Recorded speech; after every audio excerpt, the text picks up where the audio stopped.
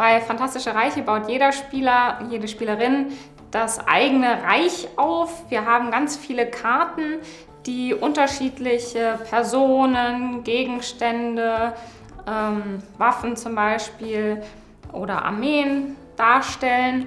Und wir versuchen, die möglichst geschickt miteinander zu kombinieren auf unserer Kartenhand mit nur 7 Karten. Das Spiel beginnt total simpel. Also ich habe diese 7 Karten auf der Hand, die wurden vorher zufällig verteilt. Und jetzt geht's los. Ich ziehe einfach eine Karte nach und ich lege eine Karte ab. Das war's.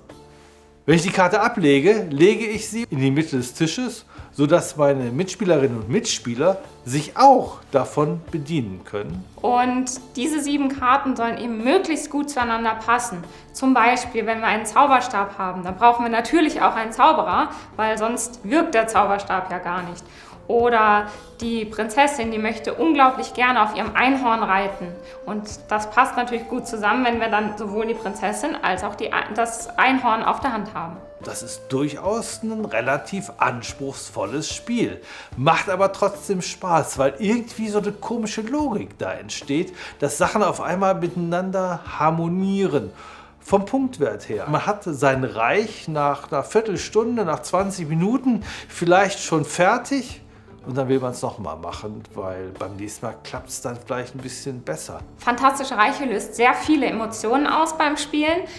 Zum einen schon, wenn einer eine Karte in die Mitte gelegt hat, die man unbedingt haben möchte, auf die man schon das ganze Spiel wartet. Und dann fiebert man mit. Man darf es sich nicht so anmerken lassen, weil sonst ist die sofort wieder weg. Das Spielende ist dann, wenn wir 10 Spielkarten offen in die Tischmitte gelegt haben. Und jetzt fängt es an mit der Rechnerei.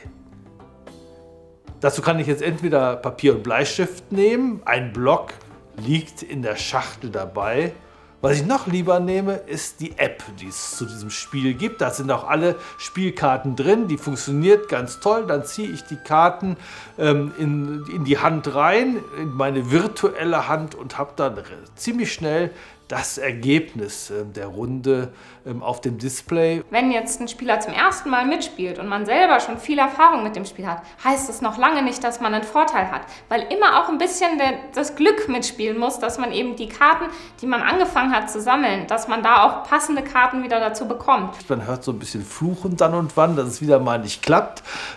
Aber nach 15 Minuten dann kann man dem anderen erzählen, Mann, da war diese eine Sache. Und wenn diese Karte doch gekommen wäre, dann hätte ich dich geschlagen, aber so hast du wieder Glück gehabt.